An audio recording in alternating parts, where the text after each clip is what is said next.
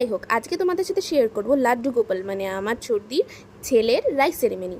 তো আজ প্রথমেই দেখতে পাচ্ছ যে সাদা ভাত, ভেজ ডাল আর মাছ ভাজা আর স্যালাড টোটালটি কমপ্লিট করে খেয়ে নিলাম আমরা কুমড়োর পকোড়া। ঠিক আছে, তারপর চলে গেলাম কাঁঠাল চিংড়ি আমি খাইনি, তো ভাবতেই পারো এটা কার পাত। আমি ছোটো মামির পাত থেকে বললাম একটু দেখাতে, কলা পাতা আমি নেইনি, তাই কলা পাতা মামি নিয়েছিল, তাই পাতটা একটু আলাদা লাগছে। তারপরে কাতল মাছের কালিয়া খেলাম, আর মাছটা টোটালটা আমি খাইনি, অর্ধেকটা বুনুকে দিয়েছিলাম, ছোটো বুনুকে। যাই হোক, তারপরে চলে আসলো হচ্ছে মিষ্টি পোলাও আর মাটন।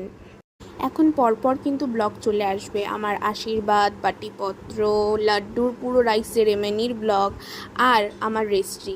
একটু লেট হয়ে গেল ব্লগগুলো দিতে, একটু ম্যানেজ করে নিও তোমরা অবশ্যই দেখে জানাবে তোমাদের কেমন লাগছে ব্লগগুলো।